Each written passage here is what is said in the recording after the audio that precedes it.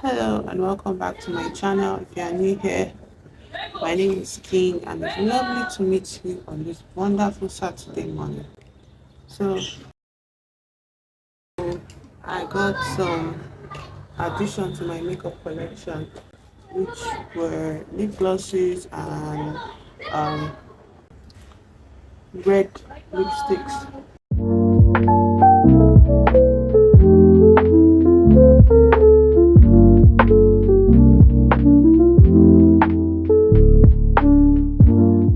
If you are hearing children screaming, that's just the aesthetics of this environment. That's not the aesthetic of where I live. There are a lot of kids.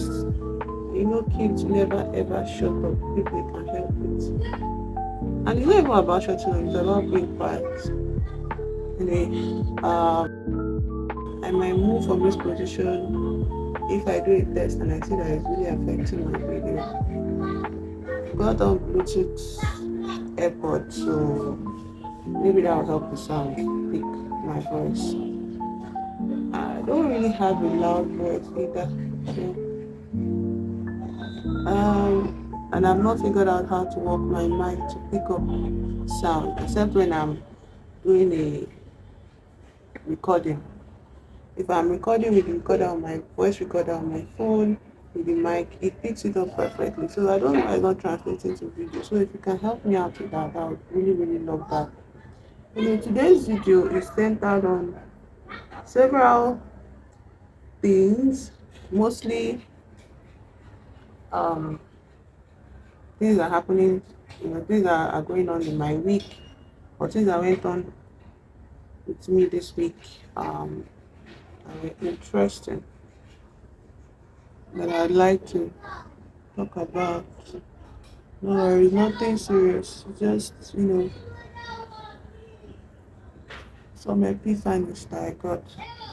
Anyways, the first thing I'll talk about is how I said I was going to make a reading vlog like how many weeks ago, yeah? A reading vlog. Let me show you how far I've gone. One thing about me is that there's this strain of perfectionism that really I did not catch on time when I started YouTube way back. So I used to just beat myself up when I didn't perform as I expected. And now that I see that every expectation I have of myself is colored by this ugly strain of perfectionism, I think I can take it much easier on myself. The only thing is now I have to accept my pace, the pace at which things come out of me, the pace at which I create stuff. So I wanted to do a reading vlog on the Ice Palace. I really love this book, and it would hurt me if I Zara did the book. The thing is that when my perfectionistic goals are not met by me, or I feel like I'm incapable of meeting them, or my skills are not like to speak like this. My skills are not so perfect at meeting. I think it's this white paper is reflecting it. My skills are not perfect. You get, I just everything that I have done together and I like throw it out into the void, like, oh, get out. It's to me enough. But since I'm healing and I'm decided to take my time, healing means taking my time with the things I want to create, and healing means letting go of the things I cannot control, which is probably my skill set. I decided that okay, with the skills that I have, let me see what I can make out of a reading vlog to get like creatively out of my reading vlog.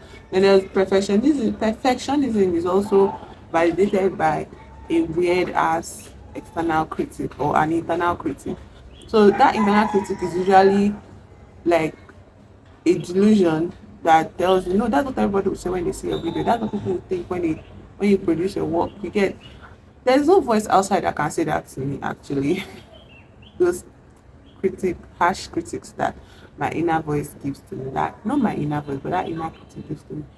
So what am I trying to say? Basically, I'm just showing you that I'm working on this reading vlog, and I don't know if anybody's expecting, but I am expecting for what I'll produce out of it. And I've already made this sort of map. I just took all the stickers I had and just pasted them one night in a kind of rush of, I don't know, creative feelings. I pasted them, I glued them and I stapled them together. And you can see some notes I made the next day on. And sis, I don't know if you can see. I'm going to do that. Then I started the first line of the first sentence of the outline. The first sentence of the outline. The Ice Palace is a story about grief, and that's all I have so far. I tried to write, but more before I ran out, because that was just what I had. Like, what else do I want to say? I have a voice sketch of it, an audio sketch of it where I'm just blabbling, but that audio sketch gives me comfort because I really have things to say about it, and I know that when I trust myself and allow myself to go at my own pace, what is going to come out of it is going to be beautiful and acceptable and worthy of praise, at least for myself from within. Um, then this is my notepad filled with notes that I've made on it so far. So that's that. Now, the next thing I want to do with this video, I want to do my makeup a specific way with the highlight color of the makeup, the theme of makeup being red. Ticket. And so I swatched some. My eyeshadow palette is not pigmented, but it does its work, as well as possible. So this is the swatching of the red eyeshadow. It's not so clear, but it's much sharper on my hand. Anyway, these are the colors that I found on the palette that are red, and I have my red lipstick to go. Let me show you. I don't know if you watched my last video, I showed it up. This one looks more coral, and this is like matte red. So depending on how I feel, I might pick either one as my lip color. And of course, my trusty lip gloss. So I put on lip gloss now, so my lips is not dry. Anyways, let's get on to the makeup. So I just applied on a little concealer, pro concealer, and it's a little bit, I don't know how it's showing up, but I want to add this other concealer that I have for around my eyes. I really hope you can hear me. I'm going to add this shade. I think this one is a little bit too bright. Okay, but the thing about this one is that it catches the eyeshadow, it allows the eyeshadow to show up, very well. Because the eyeshadow is not that pigmented, so even if you put a lot, it's going to take a lot for it to show up, if it shows up at all. So I want to use this one though, because the last time I used this one, I had my face looking so ghost-like, you understand, and to be around my eyes. So let me apply it. Okay, I use this one. Let's see what it looks like. So the first thing I want to talk about doing my makeup right now is that I've been obsessed with this channel on YouTube, obviously. I'm obsessed with this channel called Paulogia, where a former Christian tackles the outright falsehoods or sincere lies of the basis of the religion of Christianity. It includes the books of the Bible, Old Testament, New Testament, and the whole central purpose, the whole central foundation of Christianity, which is that Jesus died and rose again. So he tackles it, and so far, before when I watched the first time I watched it, I was watching it like background noise, yeah. Not really background noise, but I like listening to long form essays because somehow a lot of information just gets pumped into my head by osmosis, and I love it. I love having random information. Anyways, this one struck me, and the format is not so flashy, it's just somebody talking. He's got on this animation too, which is so like rudimentary, but it's pretty cool because it gives you an image of who the person is. Anyways,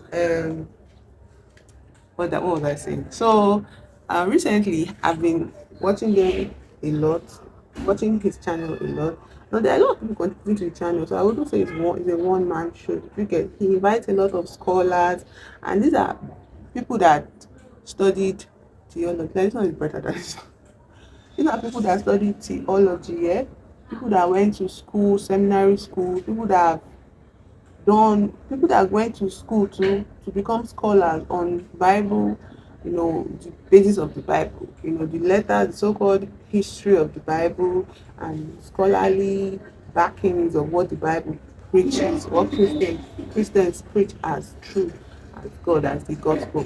So he said that he's a former Christian, as in he got to the point where he started questioning everything, and there was no sufficient answers given to him from the so-called leaders of his church. It's more of like me just summarizing, sha. And especially when it came to the resurrection, there was no real answer given to him. And for that, he left the faith. And then he found the answer he was looking for, although no more as a Christian looking for something to solidify your faith in God, but more like, okay, so um why was this a baseless theory passed around for generations and years, thousands of years as truth? Do you get? So that's what he does on his channel. And me, I used to see it because somebody I don't care about Christianity. I'm not a Christian anymore. I don't believe in any sort of God. But I think it's nice for me to have like scholarly backings, for conversation's sake, and also to clear up some sort of creeping, because this thing took like I was conditioned, indoctrinated from baby, like from a child. So it will take time for all those things to be replaced in my head. Obviously the emotional part is no longer there, the mental part is no longer there, but those things, those confusion, those dissonances that were stuck in my head for the longest time, I think dealing with facts kind of pieces it and clears it up into nothingness. So where I'm going, me, I'm seeing it on the camera. My eye, I'm not wearing my glasses. Like, I'm scared. What is going on? Wait, do I? Yeah. So, the point is, when the recent one I watched that was very interesting to me was like, they brought on there was a group of Christian apologetics, that's people that defend the Bible theories and all of that, Bible doctrines. And he brought on like a professional, that studied a scholar, let me call them scholars. He brought on a scholar that disproved, the New Testament in the sense of those letters from Matthew, Mark, Luke, John. They are all letters of the apostles. And then there's Acts, there's Thessalonians that they say is written by Paul. All those letters are written by Paul. The Christians say that it's 13 letters are written by Paul. Actually, just 7 that can be proven historically through research and all of that. That it's only 7 letters are written by Paul. And it's like, okay, what does this mean? And then there's this example that caught me yesterday, the book of Thessalonians. Now, that Thessalonians are First Thessalonians and Second Thessalonians, and this scholar mentioned that First Thessalonians was written by Paul, most likely, but Second Thessalonians was not written by Paul. The thing about these letters is that all those letters not written by Paul had the authorial signature of Paul, the authorial integrity that Paul as an apostle had, and that was a lie. Do you get? It's a lie. It's not Paul that wrote those. So if you are saying you're writing on behalf of Paul, it's different. If you're saying you're writing a dictation by Paul, it's different. But that is not what happened. What happened is that somebody came up, took on the authorial integrity of Paul, and passed off their own hearsay, their own random ideologies and theories and imaginations as the word of God, as written by Paul. Like, it's insane. It's freaking insane, because First Thessalonians, because I'm not really long time, but according to this scholars, First Thessalonians showed the urgency of Paul. Paul was crazy about apocalypse, the end of times, this was coming to an end, and he was so urgent, for in his letters in First Thessalonians was urgent, but Second Thessalonians comes around with a measured, calm state of mind about things. They are not urgent. The person is not urgent. The letters are not urgent about hell or the world coming to an end and all of that. And it's like, So when you read First Thessalonians and I need to preach, oh, give your life to Christ, and the person gives you life to Christ, and then the person narrates Second Thessalonians, and there's no urgency there. How do they cope with that contradiction? What do they go? How do they go forward in their belief, with God and the idea of the end of times? And it was insane to me because I just realized that so many times in the Bible, especially that New Testament, I spent so much time reading the New Testament. I'd read letters and letters, and I was like, what? When this one finish saying this one, when you read one book, one letter, then you now go to the next one, and it's a lot of contradictions, a lot of taking back, a lot of non-agreement, and it's like, what? No cohesion. I mean, it's like, so what do I do? So I had to then, without even knowing, that's the effect of being in a cult. You don't use your critical senses. You don't allow yourself to doubt. You don't allow yourself to question anything. You're just like, you know what? The main thing here is that God is our Savior. Jesus Christ came to die and He rose for us. So the word that's supposed to give you an insight into who this God is, who this Son of God is, what His apostles were taught by Him, is now contradicting the main theme of what you believe. How do you cope? That's why a lot of Christians are very frustrated human beings. And it's not frustration as in, oh, I'm sorting, it's just frustration because they have to cope with a lot of repression, a lot of self-denial, a lot of distrusting their own self. Do you know what it means to look at yourself every day in the mirror and condemn yourself, and not condemn but just deny yourself of being a human being? Because you're no longer a human being when you no longer accept your own voice. Like, I think you lose a piece of your humanity, you lose a piece of your identity. It's like it's no wonder I struggled, and up to now there's still hints of struggling with identity, struggling with personality, struggling of what is real me, what is the real me, what do I believe, what do I not believe. And that's fine. That's actually, before I think of it as a problem, but now I see that so many decades of, like, I'm not gonna say so many decades, but like more than 2 decades of brainwashing, indoctrination, in this cult. You get, like, of course, the years I'm trying to like piece together my own self, because I'm going to struggle. My struggle is not a sign of helplessness, not a sign of wrongness, because at first I was so scared that I was wrong. But like, it's not a sign of me being wrong or right. It's just healthy. Like, of course you're going to you are removing, yeah, digging up all those rubbish seeds. Let's continue. So the next thing I want to do is I want to try to apply, we already 10 minutes. I want to try to apply mascara, or should I add my, no, powder now. So there's this powder I have. I don't know if it's going to make me more whitewashed, but this powder, I'm going to use it now to go over my face, kind of make it uniform. So thing about this powder is that it looks normal, then you now start using it and it's like, oh. Then, oh, there's also the couple fact of my eye. Oh, too much, too close. I don't want to cover the concealer aspect with this powder. I want to cover the rest of my face with it. So, like, isn't I think it's wonderful for videos channels like that to exist. I'm not done, no. There's also, no, don't go there. There's also another thing that also popped out to me. The fact that the apologetics, the Christian apologetics, now the apologetics are people that hold steadfast beliefs to everything that the Bible teaches. And it's like, so this stranger now, there's another new thing, and there's one that actually blew my mind. So we all know that John was a fisherman. Say, come, I'll make you fishers of men. John was a fisherman. He was therefore illiterate. But John is written in literary Greek. I don't mean literally, literary Greek, filled with a type of advanced level of education, prose, style of prose. Someone that went to school, someone that studied, someone that spent his days reading in the library. That's the type of prose that is present in John. Of course, we're reading it in English. Those people that like I said, these are people that have studied, the people that went to school, even seminary schools and all of that. Theologians taught them this. This is written, John was written in Greek. John the Apostle is an illiterate fisherman. How does that and he spoke Aramaic? So it's like John had to translate Aramaic into literal Greek. Would that be possible for an illiterate of his time? No! So who wrote John? Who freaking wrote John? John the beloved, John the rich. And I loved the book of John.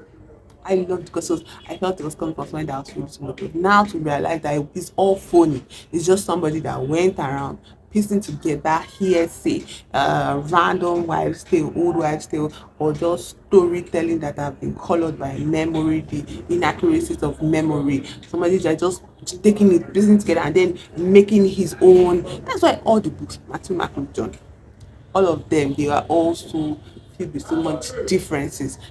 It's only few parts that all some of them align with each other. Very few, the bare bones of it. And I know that even those bare bones, if I take a toothpick to it, I'll still see. If I take a fine tooth comb through it, I'll still see lots and lots of inconsistencies. So, like John, I loved the book of John because I felt really from a perspective of normal trash, rubbish. Also, this same John, the one that wrote those John 1, John 2, John 3, and Revelations. What is all that? What was all that? Why has it been peddled as truth, as doctrine for the past thousands of years? And then the kicker of it all was that when people go to, like, these people were telling, like, speaking of on the channel, they're saying that when people go to seminary schools and discover these things for themselves, like theologians that teach them, they now say, why is this hidden? Why is this? They said no, that then these people, their professors respond that of course it's hidden from the average Christian because the average Christian, is going to doubt their faith. And it's like, but that is the entire basis of the faith. The Bible. No, this Bible is not accurate. This Bible is made up of funny, baseless accounts peddled as coming from the mouth of this God. Guy, this is insane. Coming from the mouth of God. It's like, no, we have to hide this, so we have to, so that those average Christians can keep their faith. And then an ex-Catholic on the show was saying that one thing about Catholics also reading this final district seminary school is that when the priest tell them, or the teachers tell them, I don't know their names, tell them that when they can confront these inaccuracies and feel this doubt and still come back to believe in the doctrine, that means they have been tested, that their faith has been tested and it's true. It's like, how many times have I said this shit to people when I was evangelizing, especially this one of the average Christian? There's some inaccuracies, some inconsistencies that did not register as inconsistencies to me, but I felt like if somebody like an average Christian heard of it, they would not, like when Paul says, drink wine, but don't drink it and be drunk. I don't even know which book it is anymore, but I think Acts of Apostles is like, don't tell the average Christian to drink wine because they'll go wild with it. Like all those kind of rubbish. It's like, an average Christian, is it not supposed to still be? An average Christian should have 100% belief in God. You that you are not more an average Christian, how many 100%, how many percent of faith do you have in God enough to like peddle this shit? Like, I evangelized, I said all of this nonsense. No wonder I'm coming to terms with it, and it's like there's so much anger, but there's also so much confusion. And I'm so glad I stumbled upon channels like this because it's like that confusion is being melted in it. Like, don't be confused. Don't be confused, my dear. Your voice was always right. Your voice will always be right above the indoctrinators. It's so silly, guys. It's insane, actually, beyond insane. Okay, so I don't think this is blended in properly. So I'll take some time blending it now. I don't like. It's insane, guys. It's insane. This is what people base. I say this is what I was raised on. When I mean raised on, I mean on the threat of punishment, on the threat of denial of things, guys. On the threat of so many different kinds of threats. I was raised on this thing that has turned out to be nothing more than people that just wanted to write some kind of fairy tale and use it to control people, to control other people. So another interesting part of it now, we'll go to the Old Testament and we'll address something.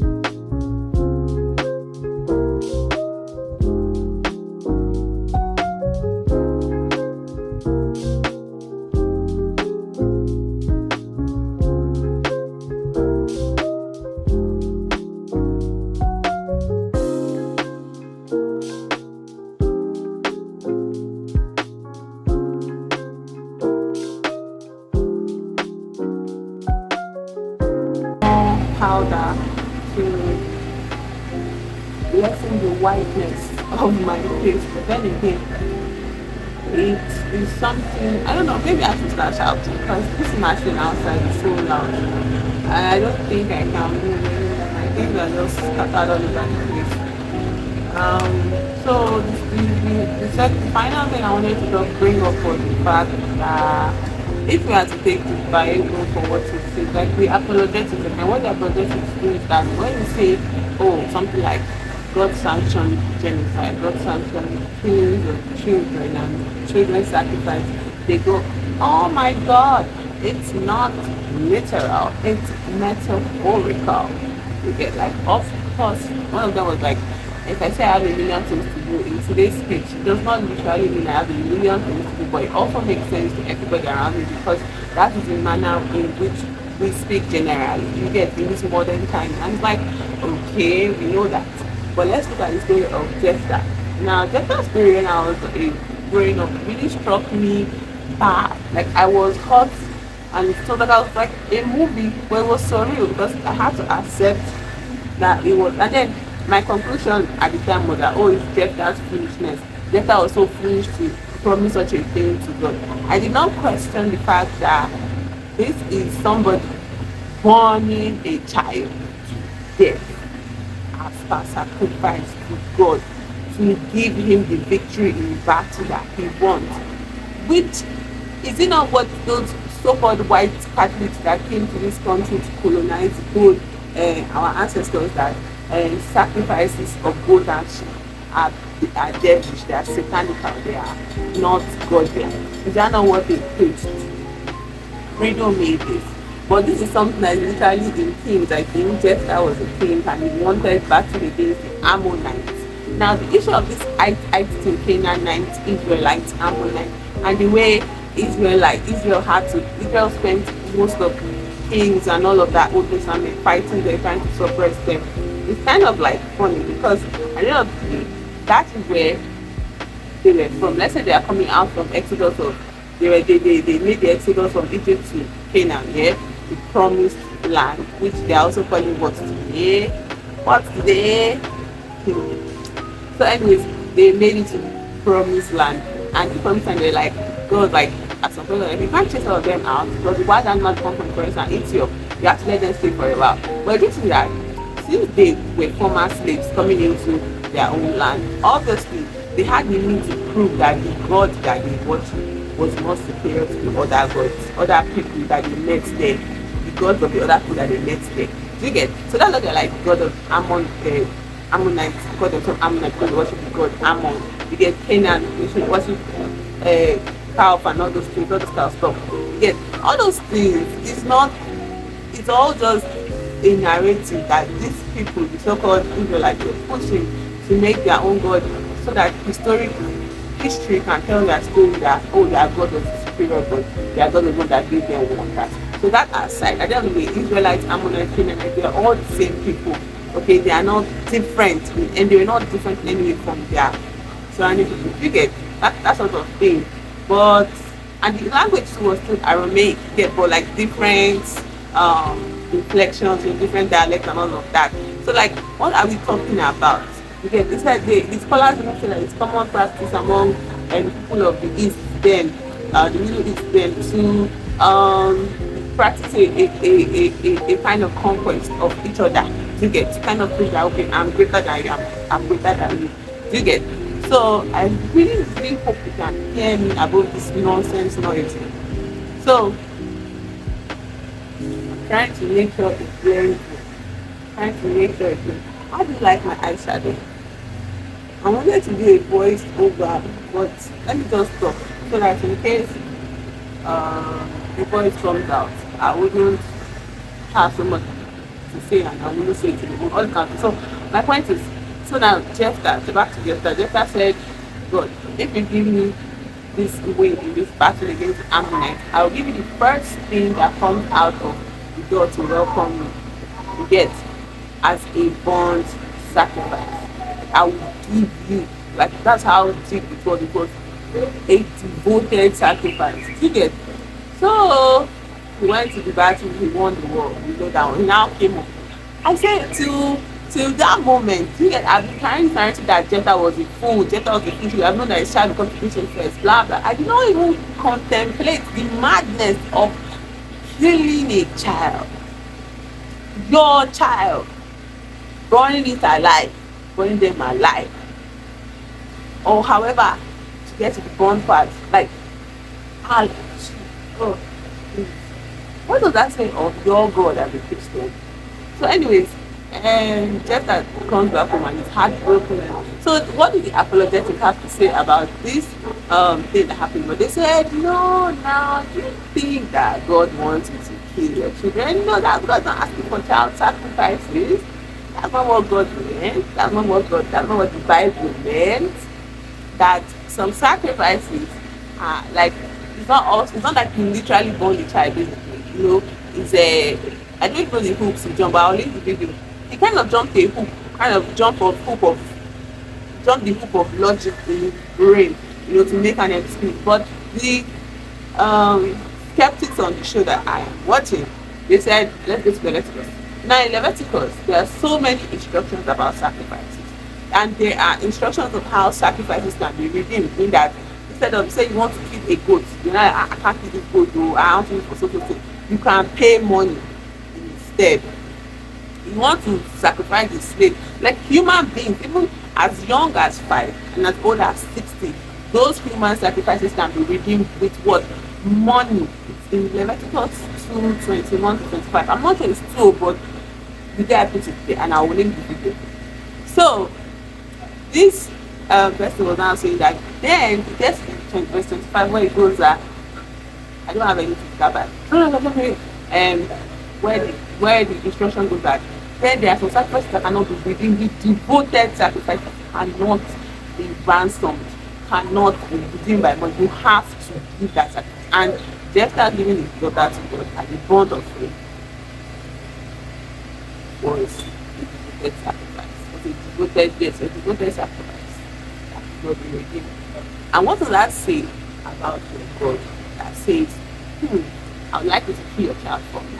I clearly remember when this book of Daniel was cussing out those sinners, like those Gentiles, those sinners. That time there was no sinner, just Gentiles. You're not Jewish, you are Gentile.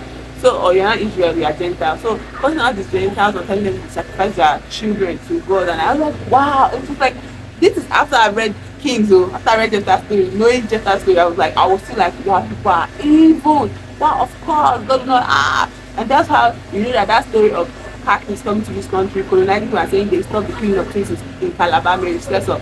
I don't believe that. I don't believe that. I don't believe it. I don't believe it. I don't believe it. Mary Slessor my ass. I do not believe it. There has to be something else that occurred, and she probably took credit for it. She definitely took credit for it. There is no fucking way you can come to this country. I'm telling you that. A white man comes to this country it's not good when God is sanctioning it in their Bible. So, anyways, the another thing I hate that came from, but that's the main thing. Like the kind of hoops I have, hoops of logic and cognitive dissonance I experience just to make sense of the first sacrifice of his daughter, like killing his child for God, so that God will give him his battle, is winning that battle against Ammonites. It's like, why would I? Well, of course, I'll have this mentality that I have to earn my success. I have to earn love. That anything I want to do, I need to work extra hard and sacrifice and be a slave or be some kind of experience some kind of trauma to get what I want. To fast, to pray, and then I'm no longer fasting and praying. That meant that ideology, that programming might still be there. Manifesting itself in like, if I want to be a success in influence, like I know I have to work hard. I have to pay the price. Which is a fucking lie. That's a lie. But why would you believe that when you grow up with programming where somebody literally killed and burnt their child alive to a god to win a flimsy battle? Flimsy battle. Because why are you killing? Why are you fighting your neighbors? Why can't people just live in the land? Why must it be overall conqueror of the neighbors? Why? Flimsy battle in sacrifice. So if I want to get, why would I think that I need to do this? So I don't know, like it's just the fun of I don't know, it's very fun to me right now. All the anger has melted away. Not all of it, but some of it, like this aspect I don't know. It's just funny to me and interesting to me, and I feel like I want to share it here. I want to talk about it because it's my story to tell. To get it's my story to tell. It's so so wild. I preach this shit, man. I did evangelism. Got brownie point for doing evangelism. Now that I've done this, I'm done with the face. However, it does that. Baba, you don't do. Um, these are the products I have. So if they are not meshing well on my skin, um, they are not blending well. It's just the quality of the product. Either way, art is still being made. So I think it's time for me to now work on mascara.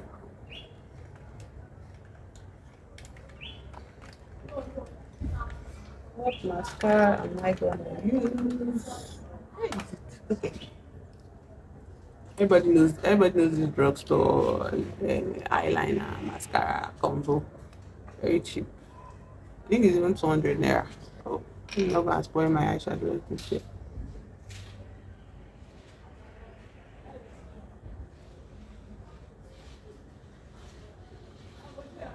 You notice that when I use mascara, my eyes pop so much. Like, oh, look at this head I didn't know I had. My eyes pop, the eyeshadow pops. Like, I have big eyes, big pretty eyes. And mascara enhances it. I love mascara.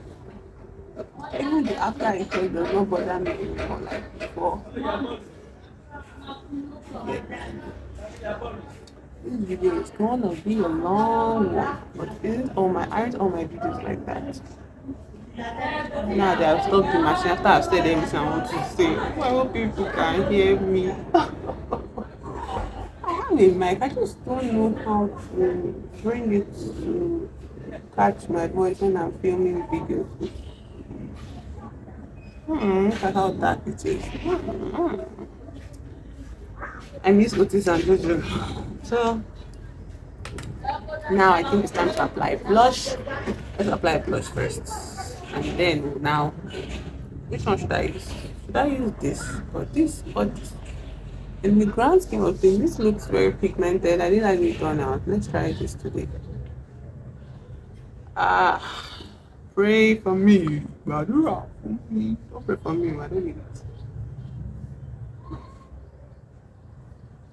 I like those kind of makeup where the blush makes them look like this. Of course, it's on white skin, but still, I like the effect that blush makes them look so blue, like so cherubic. Uh, um, Oh, you guys, this looks lighter than this. Arg. Arr, arr, arr. This is so interesting. Really interesting. I don't know. It looks so pigmented here, yeah, but on camera it looks just white, ghostly white. Ah, ah, ah.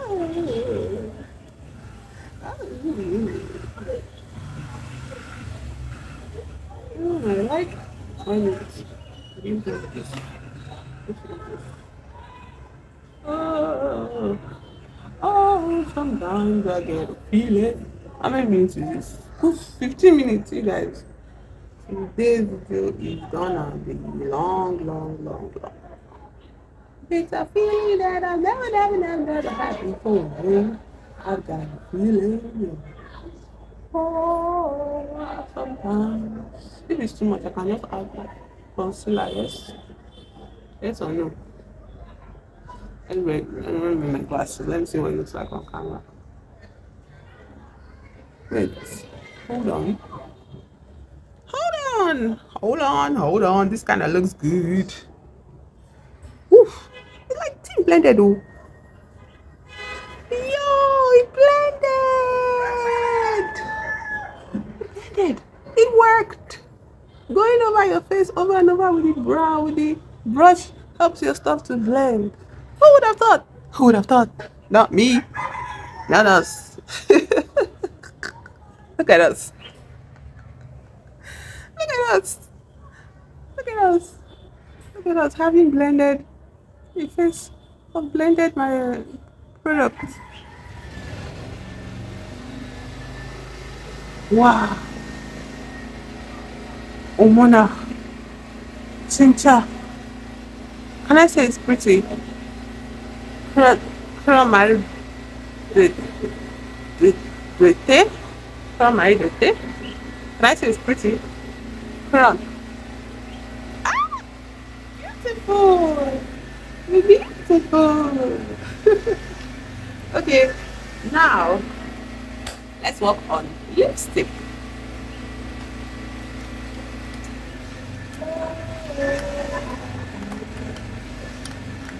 Okay, so I'm going to be using this mark, a mark 15999, that's the number, for your MO1. So this is the mark lipstick. I'm going to use to line my lips, and then I think with this color, I'm going to keep matte. Oh, let's put lip gloss first so that this thing will go over. So I'm going to do my lip gloss first to go over my lips because I want it to go smoothly. So like you guys, what did you think about how I explored my whole talk about what like my findings about everything? There are some people that might be religious. I'm not saying this to convert or anything. I'm just saying my own. I'm not saying it to make you think. Like I'm not going to rethink my belief because of what this person said. Ha ha ha. I don't care what to say. See, it's just conversation, yeah? We just having a conversation. I think it's black 899 Pereira. Uh, uh, uh, shite. Okay. It's not going on.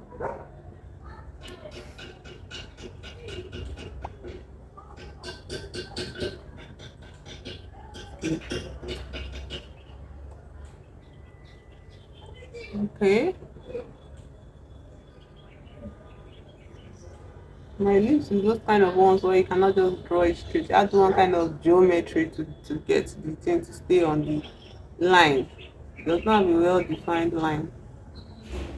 I've watched so many videos where they're like, okay, this is how you do it and save them, but to bring them up now, I'm filming with the phone, so I don't even want to watch it and lose my momentum. So I've lined my lips here with this black So next is to add, where is the cover? Okay. Next is to add what, lipstick, and I want to use this matte red. I don't know if this will be a good choice, but let's see. Ah, it's giving pink. I don't know if you can see it.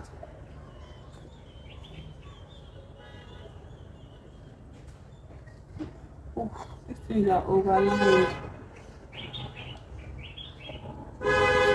If it looks overlined, it's not intentional.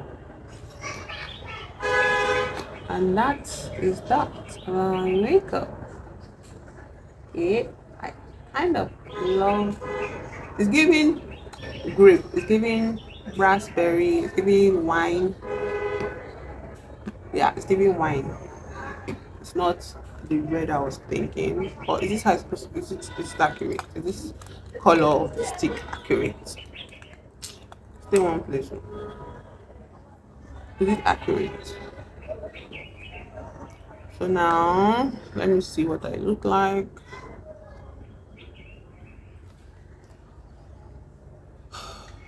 So I look fairly pale. Fairly pale.